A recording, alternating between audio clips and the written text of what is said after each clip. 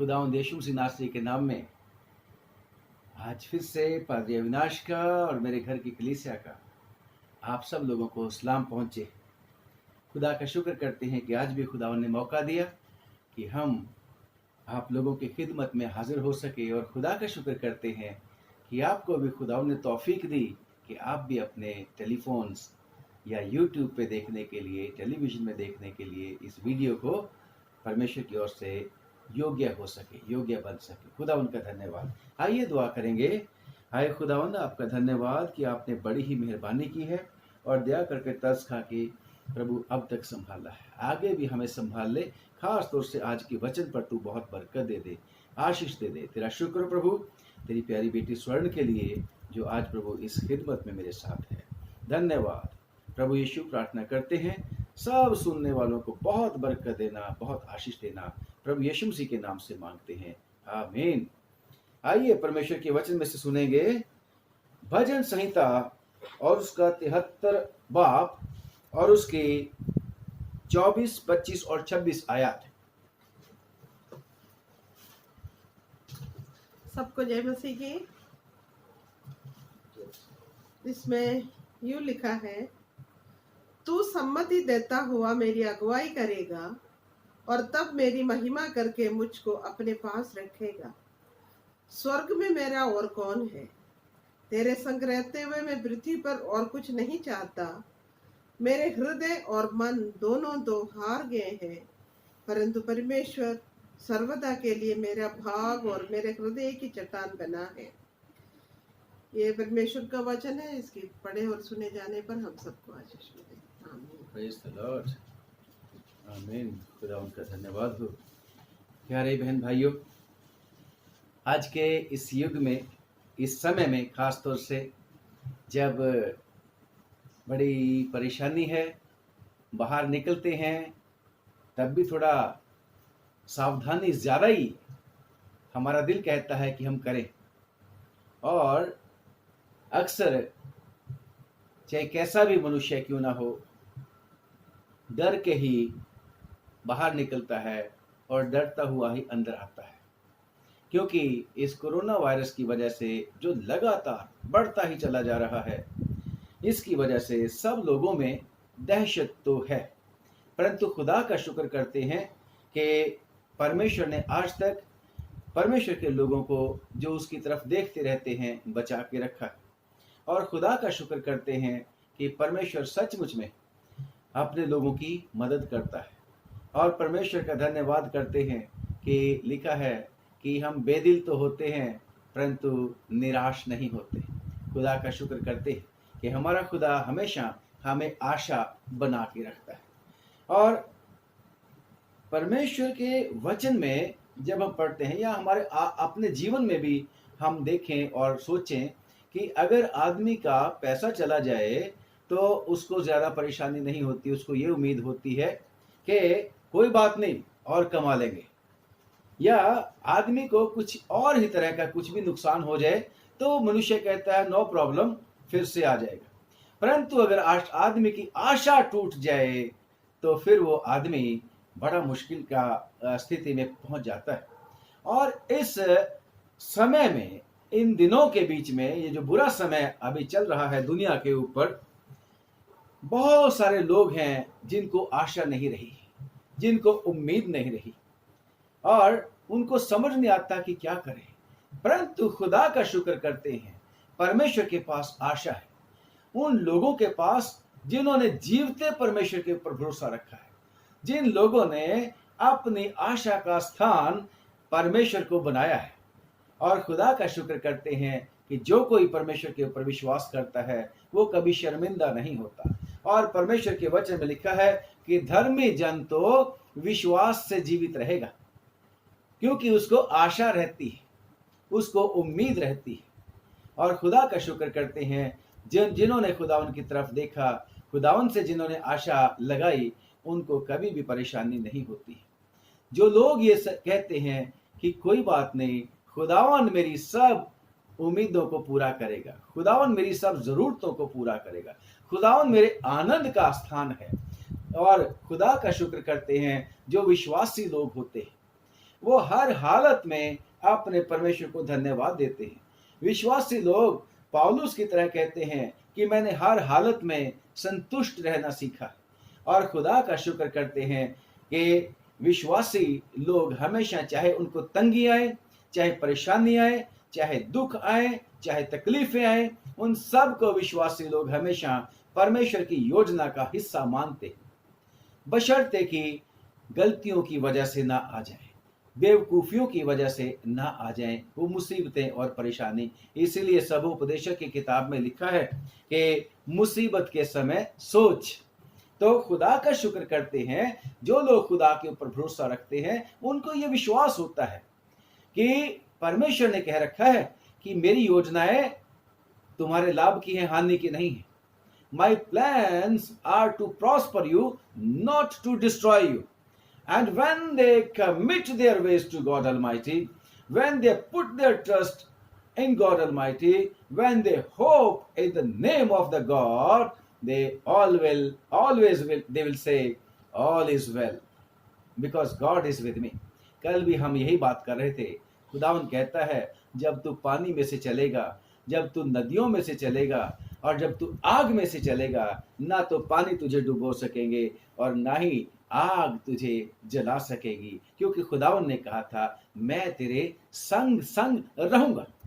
क्यों? क्योंकि खुदावन ने उसमें यशाया की किताब में और उसके 43वें बाब में हमने पढ़ा था, क्योंकि खुदावन कहता है कि मैंने तुझे प्रेम किया है, मैंने तुझे नाम लेके बुलाया है, और कितनी सारी बातें उसमें हमने पढ़ी थी। परंतु आज जो हम पढ़ रहे हैं, ये बंदा जबूर लिखने वाला आसफ, वो इस दुनियादारी को देख के बड़ा उदास और बड़ा परेशान हो जाता है। और जब आप पढ़ते हैं इसके 73 बाब में ही कि लिखा है कि सचमुच इस्राएल के लिए अर्थात शुद्ध मन वालों के लिए परमेश्वर भला है। किन के लिए परमेश्वर भला है? शुद्ध मन वालों के लिए। और खुदा का शुक्र करते हैं, शुद्ध मन तो उस परमेश्वर से ही मिलता है, शुद्ध मन। क्योंकि मनुष्य का मन तो लिखा है बाइबल के बीच में कि बचपन ही से उसके बीच में बुराई पैदा होती रहती है, और उसके मन में सबोपदेशक की किताब में भी, यिर्मयाह की किताब 17 बाब में भी, कि मनुष्य के मन में बावलापन भरा रहता है। परंतु खुदा का शुक्र करते हैं, हिजकियेल की किताब, यहेजकेल की किताब 36 की 26 में कहता है परमेश्वर कि मैं उनका दिल चेंज कर दूंगा, मैं उनका दिल पत्थर वाला जिसमें बावलापन भरा होता है वो निकाल के मांस का दिल दे दूंगा, और जब मांस का दिल दे दूंगा तो वो वाला दिल दूंगा जिसमें मेरी व्यवस्था भरी होगी, जिसमें मेरे नियम भरे होंगे। और खुदा का शुक्र करते हैं कि परमेश्वर के नियम और परमेश्वर की व्यवस्था जिस दिल में होती है, खुदा का शुक्र करते हैं, उनको रोशनी मिलती है। तेरा वचन मेरे राह के लिए रोशनी और पग के लिए चिराग है। प्रेज द लॉर्ड, खुदा उनका धन्यवाद। परंतु ये आदमी जो है, आसफ जो है, लिखने वाला भजन को, ये दूसरे लोगों की तरफ देखता है, और दूसरे लोगों की तरफ जब देखता है, कहता है धर्मी के ऊपर ही मुसीबतें पड़ती रहती हैं, मैं तो खुदा उनके ऊपर बड़ा विश्वास कर करके चलता रहा हूं, और मैं देखता हूं जो बाकी लोगों को, खास तौर से वो दुष्ट लोग हैं जो है बुरा बुरा काम करने वाले लोग, कहता है उनके तो मैं कुशली देखता रहता, उनको कोई नुकसान ही नहीं होता।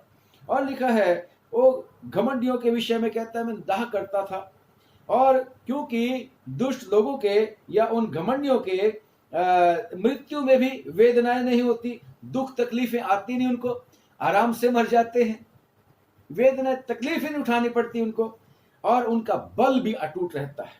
और कितनी सारी बातें ये देख देख के मन में कुड़ रहा है, और कुड़ते कुड़ते आखिरकार परमेश्वर को कहना शुरू कर देता है कि निश्चय मैंने अपने हृदय को व्यर्थ शुद्ध किया और अपने पापों को निर्दोषता से धोया, क्योंकि मैं दिन भर मार खाता आया हूं और प्रति भोर को मेरी ताड़ना होती है।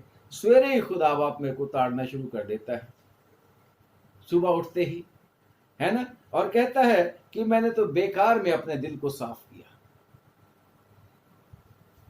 परंतु कहता है मैं ये सोच ही रहा था तो मैं बड़े परेशानी में हो गया और इतना चिंतित, इतना फिक्रमंद हो गया कि क्यों मैं धार्मिक धर्मी बना रहूं, क्यों ना मैं दूसरे लोगों की तरह बन जाऊं, क्योंकि उनको दुख तकलीफें आती नहीं, वो खुशी रहती है, उनकी बढ़ती ही होती रहती है, उनका वंश भी बढ़ता चला जाता है, खुश रहते हैं, परमेश्वर का बंदा कहता है।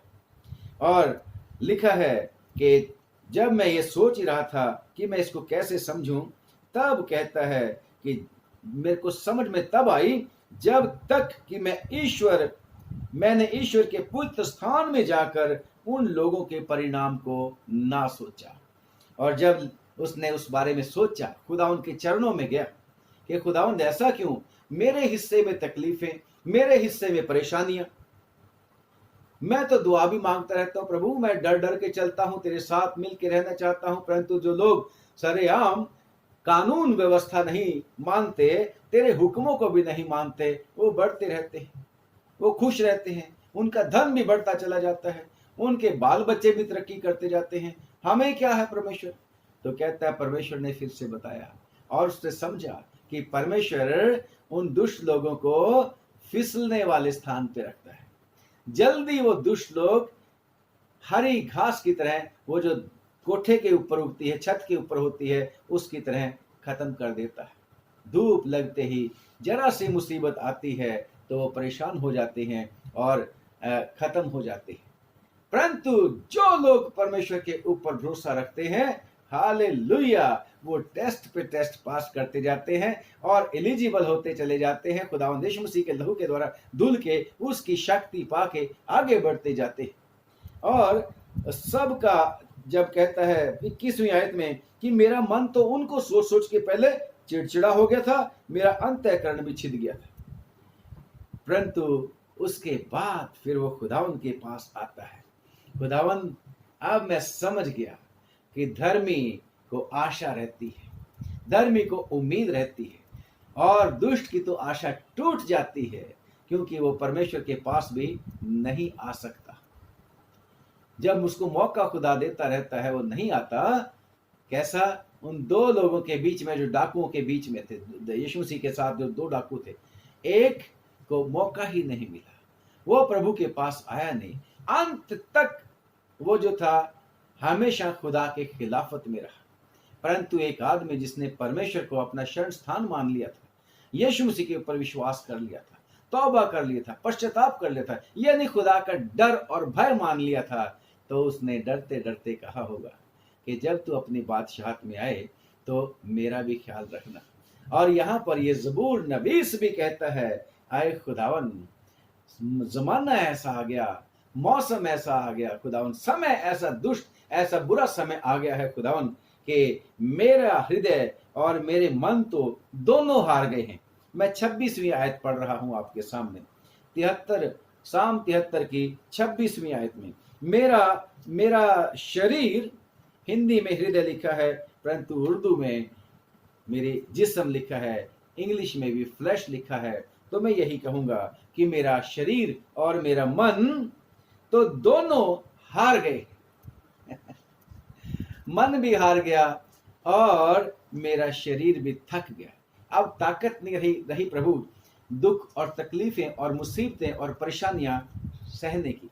बेशक खुदावंद तूने कह रखा है कि परमेश्वर तुम्हें बर्दाश्त से बाहर परीक्षा में नहीं पड़ने देगा, बल्कि परमेश्वर धर्मी की प्रार्थना की और ध्यान लगाए रहता है, उसके कान खुले रहते हैं, उसकी आंखें उसके ऊपर लगी रहते हैं, और परमेश्वर धर्मी को परीक्षा में से निकाल लेना जानता है। पतरस की चिट्ठी में लिखा हुआ है।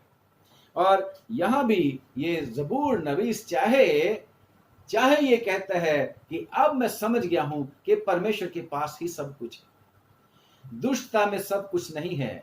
दुष्ट के लिए तो फिसलने वाले स्थान है और वो गिर जाता है और वो क्षण भर में उजड़ जाते हैं। 19वीं आयत में 18 और 19 में दोनों पढ़ूंगा, लिखा है, निश्चय तूने उन्हें फिसलने वाले स्थानों में रखता है और गिरा कर सत्यानाश कर देता है। आहा, वे क्षण भर में कैसे उजड़ गए, वे मिट गए, वे घबराते घबराते नाश हो गए। परंतु ये ज़बूर नवीस कहता है, खुदावन तू ही मेरा आशा का स्थान है, तू ही मेरा परमेश्वर है। बेशक इस समय मैं घबरा चुका हूं, मैं उदास हो चुका हूं, मेरा शरीर भी थक गया है, कई बार प्रियो ऐसा समय आ जाता है, हम बहुत मेहनत करते हैं, हम बहुत कोशिश करते हैं मुसीबत में से, परेशानी में से निकलने के लिए, और फिर हमारा दिल भी थोड़ा सा डरना शुरू कर देता है और शरीर में ताकत नहीं रह जाती। खुदा का शुक्र करते हैं, वो समय होता है जब हम परमेश्वर को पुकारें।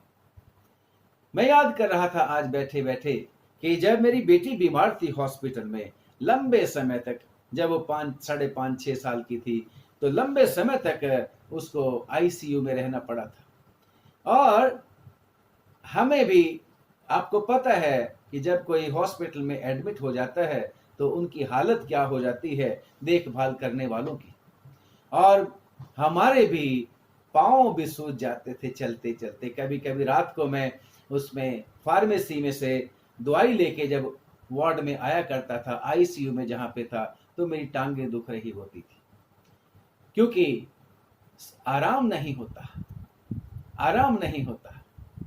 और कितने सारे मन में विचार चलते रहते थे, शरीर दुखने लग जाता है जब जो सेवा करते हैं अपने बीमारों की, या और कोई किसी परेशानी में होता है, तो उन लोगों के तो जो सेवादार होते हैं, सेवा टहल करने वाले होते हैं, उनका हाल अच्छा नहीं रह जाता, और जो बीमार होता है उसका तो और भी बुरा हाल हो जाता है।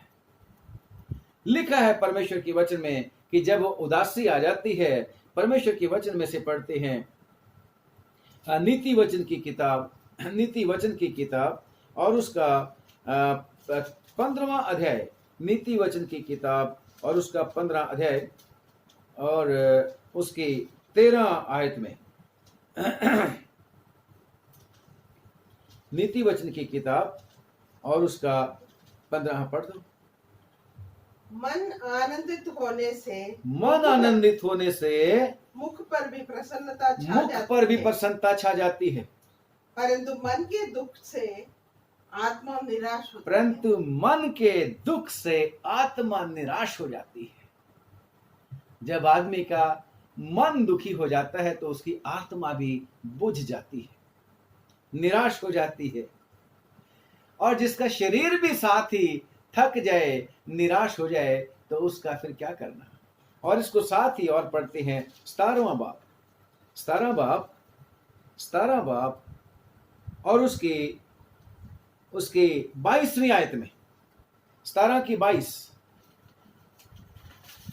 22 में लिखा है, मन का आनंद अच्छी औषधि है, परंतु मन के टूटने से हड्डियां सूख जाती है।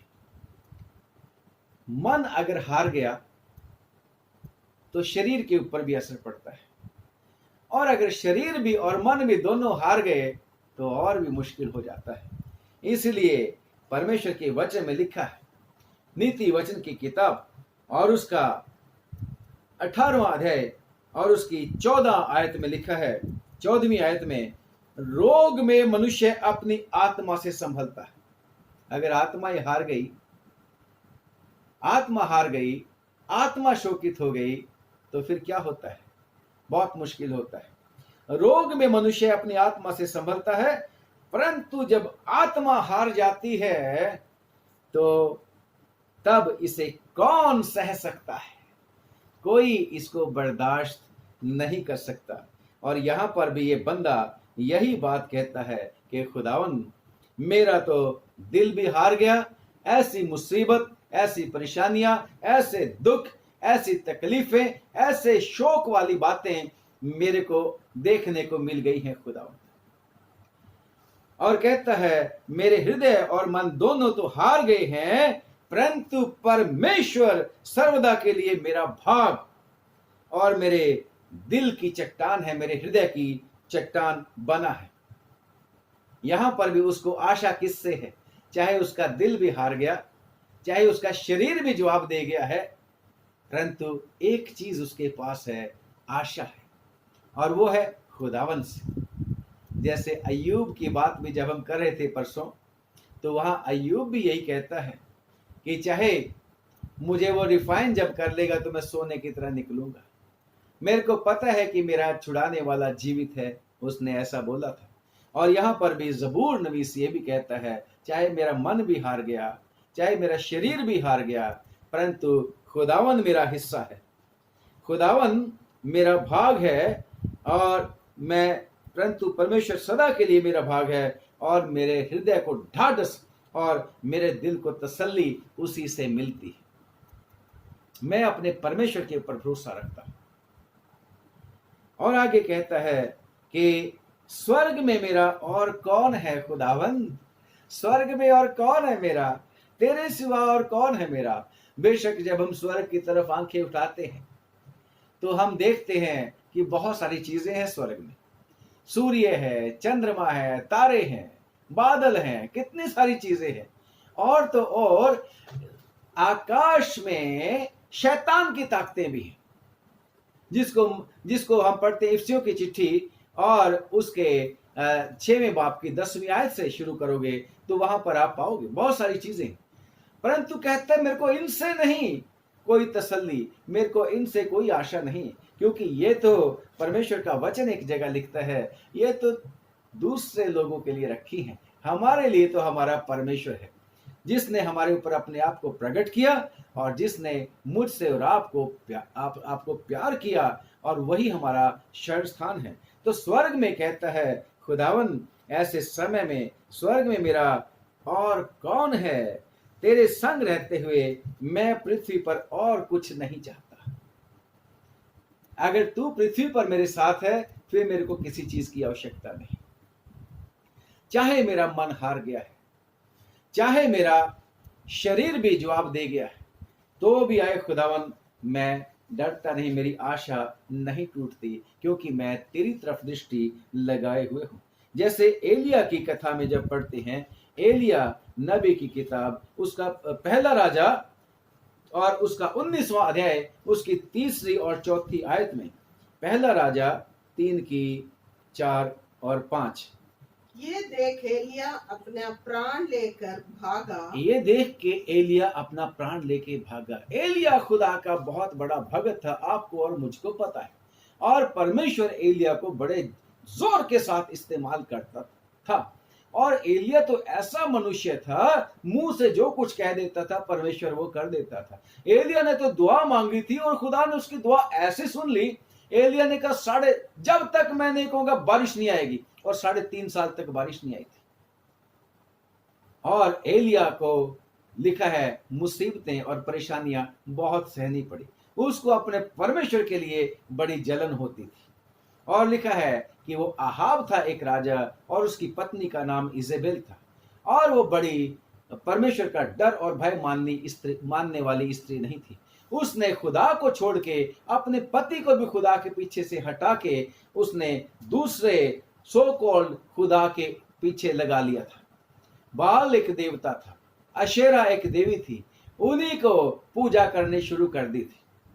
और इनकी वजह से परमेश्वर को छोड़ के जब लोग दूसरी सृष्टि की पूजा करनी शुरू कर देते हैं तो परमेश्वर का गुस्सा भड़कता है, परमेश्वर को बुरा लगता है। आज भी परमेश्वर चाहता है कि लोग सीधे मन से परमेश्वर के पास आ जाएं तो अद्भुत काम हो जाएगा। और ये एलिया जब खुदावन का बंदा खुदावन के लिए काम कर रहा था, जैसे ये ज़बूर नवीस का भी अभी हमने पढ़ा, मैंने बेकार में अपने दिल को पवित्र करा, परेशानियां सारियां मेरे लिए, दूसरे लोग तो बड़े खुशी से रहते हैं। यस, खुदावंद अपने लोगों को ट्रायल कर करके, उनका टेस्ट कर करके, खुदा उनको रिफाइन कर करके शुद्ध और सिद्ध करता चला जाता है। तो ये एलिया ने जो है इजेबेल को नाराज कर दिया था, क्योंकि उसने इजेबेल के जो सो कॉल्ड पुजारी थे, सो कॉल्ड खुदा के देवता के, उनको उसने नुकसान पहुंचा दिया था। और जिसकी वजह से उस रानी ने कह दिया था कि आज शाम तक मैं तेरा सिर कत्ल करवा दूंगी। और एलिया वहां से भागा। फिर क्या हुआ? ये देख एलिया अपने प्राण लेकर भागा, ये देख के एलिया अपने प्राण लेकर भागा और यहूदा के बेर्शेबा को पहुंचकर जी, और अपने सेवक को वहीं छोड़ कहने दिया। लगा, भाई सेवक तू तो यहाँ रुक, तू मेरे साथ क्यों मरेगा? तू यहाँ सेफ जगह पे आ, मेरे पीछे पड़े हैं, मेरे को मरवाएगी ना वो। फिर आगे क्या हुआ? परंतु वो स्वयं जंगल में एक दिन के मार्ग पर जाकर स्वयं पूरा दिन वो चलता रहा, टेंशन, दिमागी तौर से, मानसिक तौर से परेशान और शारीरिक तौर से बिल्कुल थक गया। खाना भी उसको नहीं मिला होगा और वह आप लिखा है कि एक दिन के मार्ग तक चलता गया और एक झाऊ के पेड़ के तले बैठ जाकर गया। एक झाऊ के पेड़ के तले बैठ गया। वहां उसने एक कहकर अपनी मृत्यु मांगी। वहां उसने ये कह के अपनी मृत्यु मांगी, हे यहोवा, हाँ, बस है, अब बस है खुदावन, अब मेरा दिल भी हार गया, अब मेरा शरीर भी हार गया, अब मेरा है ना? प्राण ले ले। अब तू तो ना मेरा प्राण ही ले ले। गया कहाँ पे? खुदावन को पुकारता है। अगर शरीर भी थक गया, अगर मन भी हार गया, तो खुदावन नहीं हारा, वो खुदावन को पुकारता है। बेशक निराश है, परंतु उसको एक ही आशा है, एक ही स्थान मेरे पास बचता है और वो खुदा। अपने खुदा को मैं अपनी आत्मा सौंप देता हूं, जैसे 22 जबूर में भी लिखा है। यीशु मसीह ने भी यही कहा था। स्टीफन ने भी जब पत्थरवाह किया गया था, उसने भी यही कहा था कि खुदावन कोई बात नहीं, मेरा शरीर तो नष्ट हो जाएगा, परंतु मैं अपनी आत्मा को तेरे हाथों में सौंप देता हूं। तो एलिया ने भी वही कहा कि खुदावन अब बस हो गई मेरी, तो अब मैं थक गया, अब तो मेरे को दिल भी मेरा जीने को नहीं करता है, अब तो तू ही मेरा प्राण ले ले, क्योंकि तूने मेरे को दिया। खुदावन कहता है कम ऑन, ऐसे कैसे? So many things you have to do, क्योंकि तूने मेरी तरफ दृष्टि कर ली है। खुदावन ने अपनी योजना उसके बारे में पूरी करनी थी, उसी के द्वारा आशीष मिलनी थी अलीशा को, उसी के द्वारा बहुत सारे काम होने थे, उसी के द्वारा आगे भी चल के गवाही होनी थी। और तेरे को मैं ऐसे कैसे ले लूं? मैं तेरे को इज्जत दूंगा, मैं तेरे को महिमा दूंगा एलिया, क्योंकि तूने मुझ में आशा व्यक्त की है, तूने मुझी में तूने अपनी खुशी को ढूंढा है, तूने मुझी से उम्मीद रखी है। अब तो मैं तेरे को लेके तो जाऊंगा, परंतु इज्जत के साथ स्वर्गारोहण होगा तेरा, तू स्वर्ग में उठा लिया जाएगा। कम ऑन, आज मैं और आप भी जब दुआ मांगते हैं, एलिया का परमेश्वर हमारा परमेश्वर है, हालेलुया। तो हमारा खुदा, चाहे हमारा दिल भी हार जाए, चाहे हमारा शरीर भी हार जाए, अगर हम उस समय आशा धर के परमेश्वर की तरफ चले जाएंगे, तो आशा हमारे लिए जो आशा है परमेश्वर पूरी कर देता है।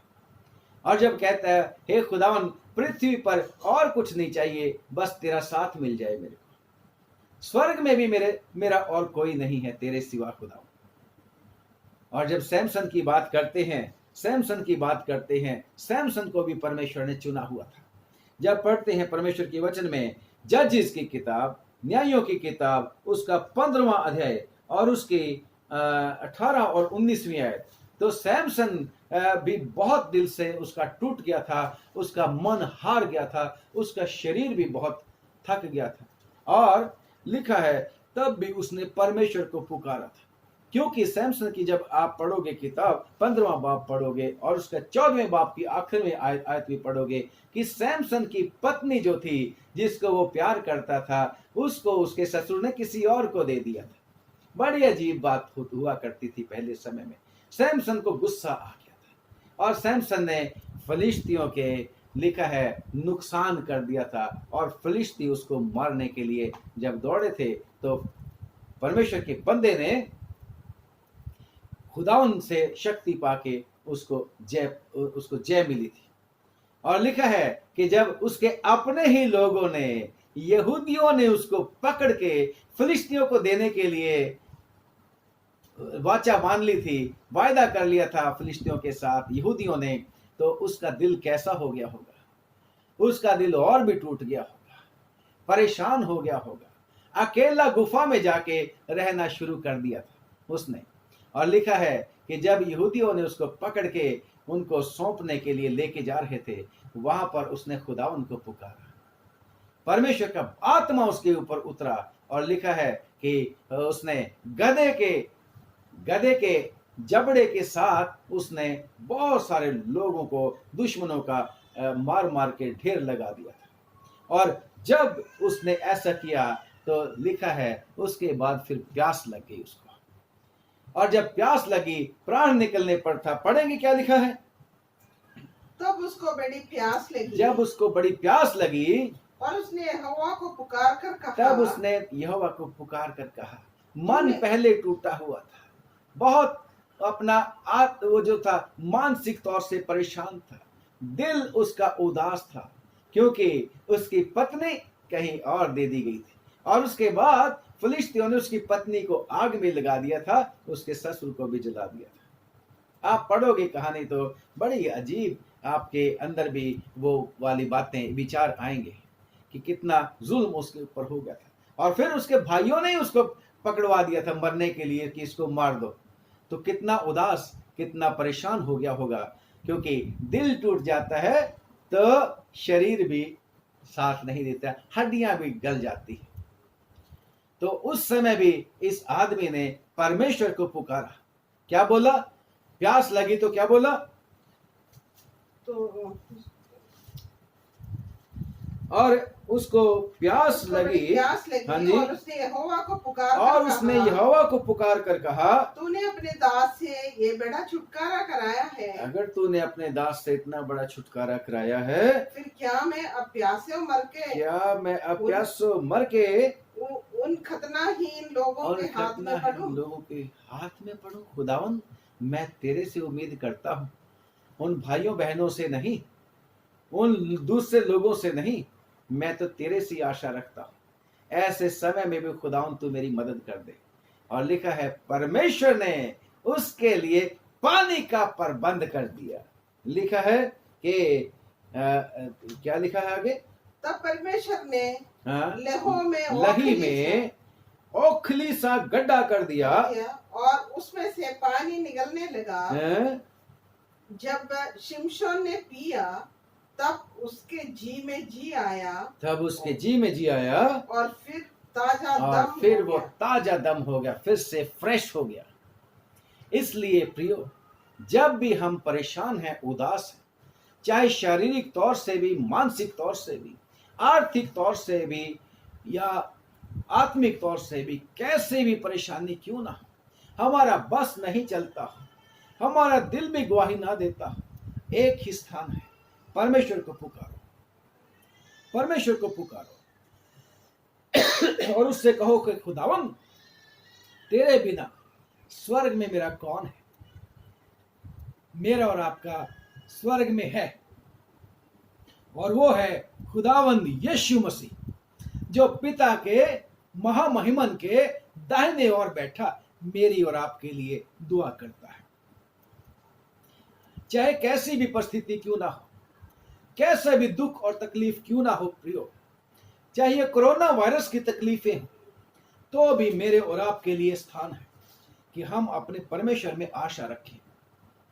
याद है वो कोढ़ी मरकुस की इंजील और उसका 1 बाब 40 आयत से जब पढ़ना शुरू करोगे कि कोढ़ी था वो, और कोढ़ियों के दुर्दशा हो जाती थी, कोढ़ियों का शरीर वैसे ही गलना शुरू हो जाता था, कोढ़ियों को घर से भी दूर छोड़ के आ जाते थे, कोई उनका समाज में स्थान नहीं था, उनके अपने भी उनसे दूर दूर रहते थे, हाथ नहीं लगाते थे, छूते नहीं।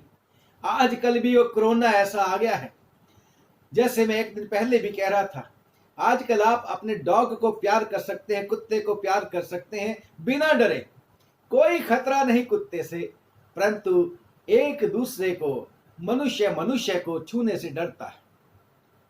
और ये आदमी तो कोढ़ी था, और इस कोढ़ी के शारीरिक तौर से क्या हालत थी, मानसिक तौर से उसकी क्या हालत थी। यीशु मसीह के पास आने से पहले उसका दिल कैसा हो गया होगा, दिल टूट गया होगा, शरीर काम नहीं करता था, समाज दूर कर दिया था, परंतु जब मौका आया तो उसने खुदावंद यीशु मसीह की शरण ली, खुदावंद यीशु मसीह के ऊपर भरोसा रखा, और उसने कहा खुदावंद यीशु, तेरे बिना मैं कहां जाऊं, अगर तू चाहे तो मेरे को चंगा कर सकता है, स्वर्ग में तेरे सिवा मेरा और कौन है ज़बूर नबीस कहता है, और वो आदमी भी जब यीशु मसीह के पास आया कोढ़ी, तो उसने कहा, सब ने तो मेरे को छोड़ दिया और मेरा कोई नहीं, अगर तू मेरे ऊपर रहम कर दे तो फिर मैं हमेशा तेरे साथ ही रहूँगा और कुछ नहीं चाहिए मेरे को। और खुदावंद यीशु मसीह ने तरस खाया और उसको बहाल कर दिया, चंगा कर दिया। खुदावंद का धन्यवाद करते हैं। वो स्त्री जिसको 12 बरस से लहू बहने का रोग था, मरकुस की इंजील 5वें अध्याय में आप इसको पढ़ेंगे जब, तो वहां पर लिखा है उसका शरीर वो 12 साल से उस बीमारी की वजह से, ब्लीडिंग की वजह से, लहू बहने की वजह से कैसा हो गया था, कितनी कमजोर हो गई होगी। पैसा भी चला गया सारा। लिखा है कि उसने वैद्यों के ऊपर, डॉक्टरों के पास जा जाके अपना सारा का सारा धन भी खत्म कर दिया था और उसकी हालत भी पहले से ज्यादा बिगड़ गई थी, खराब हो गई थी। और तब उसने मन में कहा, मैं खुदावंद यीशु मसीह के पास जाऊंगी। जैसे ये ज़बूर नबीस कहता है कि खुदावंद, स्वर्ग में मेरा तेरे बिना और कौन है, पृथ्वी पर तो कोई नहीं है मेरा, पृथ्वी पर तो कोई मेरा ख्याल नहीं करता, पृथ्वी पर कोई मेरा उद्धार करता नहीं है, पृथ्वी पर कोई मेरी प्रॉब्लम को सॉल्व नहीं कर सकता है, पृथ्वी पर कोई भी मुझे हमेशा की खुशी नहीं दे सकता है, सिर्फ एक तू ही है। और जब वो प्रभु यीशु मसीह के पास गई तो खुदावंद का धन्यवाद करते हैं कि उसने विश्वास करके उसको छुआ ही था कि उसकी जो दुर्गति थी वो खुशी में बदल गई, उसका जो तकलीफ थी वो दूर हो गई, उसका रोग स्वास्थ्य में बदल गया, तंदुरुस्ती में बदल गया, उसके अंदर जो कमजोरी थी ताकत आ गई प्रभु यीशु मसीह के पास जाने की वजह से। वो स्त्री भी शरीर से भी हार चुकी थी और उसका मन भी टूट चुका था जब तक वो प्रभु यीशु मसीह के पास नहीं आ गई। मेरा और आपका खुदावन स्वर्ग में जिसकी तरफ हम देखते हैं उसका नाम यीशु मसीह है, यीशु मसीह है, और उसी ने परमेश्वर का प्रेम मेरे और आपके ऊपर प्रकट किया है। खुदा का शुक्र करते हैं। मैं और आप भी अपने परमेश्वर को कह सकते हैं, खुदावन स्वर्ग में तेरे सिवा और हमारा कौन है। और खुदा का शुक्र करते हैं कि चाहे जो है स्वर्ग में खुदावन है हमारे साथ। अगर खुदावन स्वर्ग वाला खुदा मेरे और आपके साथ है तो लिखा है, तेरे संग रहते हुए मैं पृथ्वी पर कुछ नहीं चाहता, खुदावन तू मेरे साथ रहे। और खुदावन तो कहता है, मैं ज़माने के तेरे साथ हूं, अंत तक तेरे साथ हूं, मैं तुझे कभी छोड़ूंगा नहीं, मैं तुझे कभी त्यागूंगा नहीं, मैं तुझे कभी धोखा नहीं दूंगा, मैं तुम्हें कभी अनाथ नहीं छोड़ूंगा। लिखा है, अक्सर हम बोलते रहते हैं यूहन्ना की अंजील उसके 14 की 18 में, मैं तुम्हें कभी अनाथ नहीं छोड़ूंगा। खुदा उनका शुक्र करते हैं। अगर खुदावंद हमारे साथ है, वो यशाया की किताब वाला परमेश्वर कहता है, जहां जहां तू जाएगा, पानी में भी तेरे साथ, मुसीबत में और आग में भी तेरे साथ, जैसी मर्जी क्यों ना हो, तेरे को कंज्यूम करने के लिए, नाश करने वाली चीजें क्यों नहीं आ जाए, मुसीबतें तेरे को नाश करने के लिए क्यों ना आ जाए, don't worry, I am with you. Thing is this that we have to respond and we have to put our trust in him. खुदावन तो हमेशा कहता रहता है, but it is on our part that we have to admit him, we have to confess that yes God I trust you, मैं तुझ पे विश्वास करता हूं खुदावन कि तू मेरे साथ अगर है तो सब कुछ ठीक है।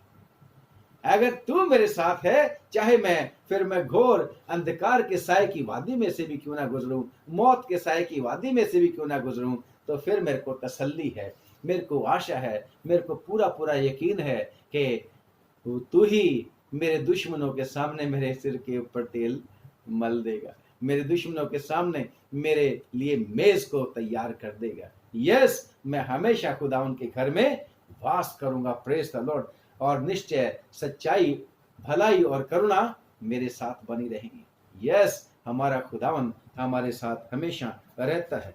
मेरा हृदय और मेरे मन दोनों तो, मेरा शरीर और मेरा मन दोनों तो हार गए हैं, परंतु परमेश्वर सर्वदा के लिए मेरा भाग और मेरे हृदय की चट्टान है। हालेलुया।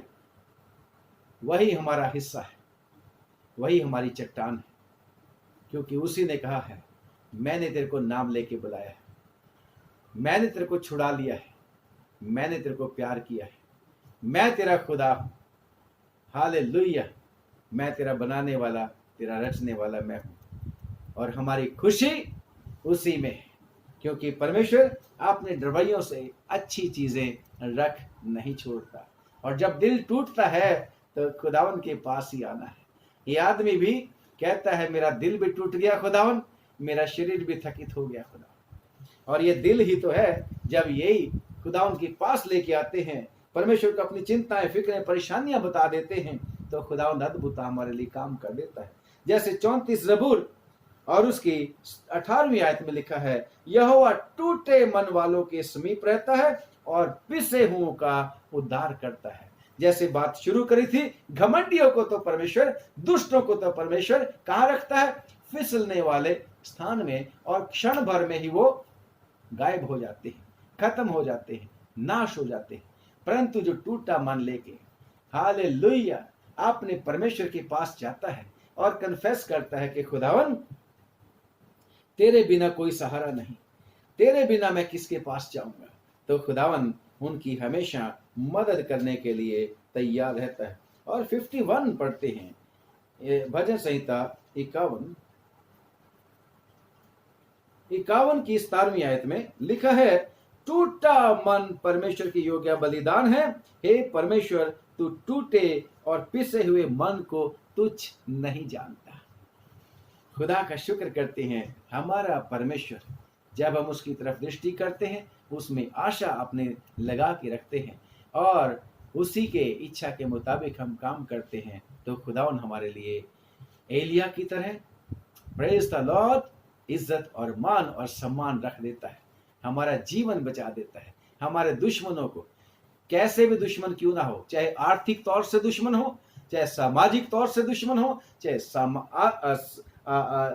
आत्मिक तौर से हो, चाहे वो शारीरिक तौर से बीमारियों के रूप में दुश्मन हो, सब दुश्मनों से छुटकारा करके हमें सरफराज करता है।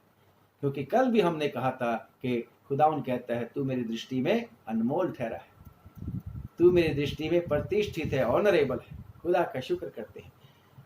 सैमसन की तरह खुदावन मुझे और आपको आशीष दे सकता है, उस घोड़ी की तरह, उस स्त्री की तरह खुदावन हमारा जीवन बदल के हालेलुया आशीषों पे आशीषें दे सकता है। वही है हमारे मातम को नाच में बदल देने वाला परमेश्वर। वही है हमारे सैक क्लोथ यानी कि टाट को उतरवा के हमारे सिर पर हालेलुया आनंद की पगड़ी मुकुट बांधने वाला। खुदावंद आप सब लोगों को आशीष दे, बरकत दे और तौफीक दे कि हम घबराएं नहीं, हम एक दूसरे को ढाढ़स बंधाते रहें, हम एक दूसरे को, खुदावन का वचन कहता है इन्हीं बातों से एक दूसरे को तसल्ली दिया करो। कौन सी बातें? परमेश्वर की बातें। जैसे हमारी भी इच्छा है कि हम आप तक परमेश्वर का वचन पहुंचाएं, ऐसे विकट समय में, इस तकलीफ देह समय में हम एक दूसरे के पास परमेश्वर का वचन भेजें और परमेश्वर के वचन के द्वारा हमें आशा मिले। कि लिखा है कि विश्वास सुनने से और सुनना परमेश्वर के वचन से होता है, और विश्वासी जन ही हालेलुया विश्वास के साथ जीवित रहेगा। खुदावंद आपको आशीष दे, बरकत दे। दुआ मांगेंगे। खुदावंद हम आपका धन्यवाद करते हैं, रहम किया आज फिर से आपकी सेवा हम कर सके। मिन्नत है प्रभु दया करके तेरी जो भी जैसी भी हमने सेवकाई की है इसके ऊपर आशीष तू दे दे, कमियों को तू पूरा कर दे। तेरे सारे प्यारे बेटे बेटियां जो आज का वचन सुन रहे हैं खूब आशीष पाएं, बरकत पाएं और प्रभु तुझ में बढ़ते चले जाए। इनका जो कुछ भी है प्रभु, इनके परिवार के लोग, इनके बहन भाई, रिश्तेदार, दोस्त, जो कुछ भी तूने इनको दिया है, इनकी चल अचल संपत्ति, इनका काम काज, सब पर तेरी बरकत हो प्रभु। और प्रार्थना करते हैं सारे विश्वासियों को बरकत दे और इस बुरे समय में सब लोग प्रभु तुझी में आशा रखें और तुझ पे भरोसा रखें कि यस स्वर्ग में खुदावंद यीशु मसीह हमारे लिए दुआ करने के लिए जीवित है, और वो स्वर्ग में नहीं, इस जमीन पर भी हालेलुया पवित्र आत्मा हमारे लिए मदद करने के लिए भेजा गया। यीशु मसीह आप हमारे लिए काम करते हैं, पिता आप हमारे लिए काम करते हैं। हे त्रिएक परमेश्वर आशीषित कर अपने लोगों को, और प्रार्थना करते पूरी दुनिया के लिए, सब लोगों के ऊपर दया कर, इस कोरोना वायरस को खत्म कर प्रभु, और जल्द प्रभु जी नॉर्मल जीवन जीने के लिए परमिशन दे। जो लोग प्रभु बीमार हो चुके हैं उन्हें यीशु के नाम में चंगा कर, खास तौर से वो जो यीशु के नाम में तुझे पुकारते हैं, जिनके प्रियजन तेरी दुहाई दे रहे हैं, उनकी दुहाई को सुनना और उत्तर देना, और प्रभु अपने लोगों की बीमारी के बिस्तर को पलट दे यीशु के नाम में। हालेलुया। हम उनके लिए हालेलुया इस कोरोना की तकलीफ को कैंसल करते हैं यीशु के नाम में। खुदा उनके लोग छुड़ा दिए जाएं। हे प्रभु, बाकी सब लोगों भी चंगे किए, सब डॉक्टर्स, नर्सेज, पैरामेडिकल स्टाफ, सब प्रभु जी तेरी ओर से आशीष पाए। उनके प्रियजनों को भी संभाल के रखना, सब सरकारों पर दया करना प्रभु, तमाम दुखियों, बेघरों, मुसाफिरों, कैदियों, तंगियों, लाचारों पर दया करना प्रभु। सारी दुनिया में जहां जहां भी प्रभु जी लोगों का मन भी हार गया है, लोगों का जिस्म भी हार गया है प्रभु, सबको तुझ पे भरोसा रखना सिखा, और तू सब लोगों के जीवन को बदल कर आनंद में प्रभु जी परिवर्तित कर सकता है। आशीष दे प्रभु, यीशु के नाम से हमारी इस छोटी प्रार्थना को सुन ले और कबूल कर ले। आमीन। आप सब लोगों को एक बार फिर से जय मसीह की। खुदावंद आप लोगों को बहुत बहुत बरकत दे। रिक्वेस्ट है कि जब आप दुआ करोगे तो हमारे लिए भी, हमारे परिवार के लिए भी दुआ करना। अगर आपको अच्छा लगे तो इस वीडियो को दूसरे लोगों के साथ भी शेयर कर दीजिए। खुदावंद आप लोगों को बहुत बहुत बरकत दे, आशीष दे। अगर खुदावंद चाहेगा तो कल फिर मिलेंगे। God bless. गॉड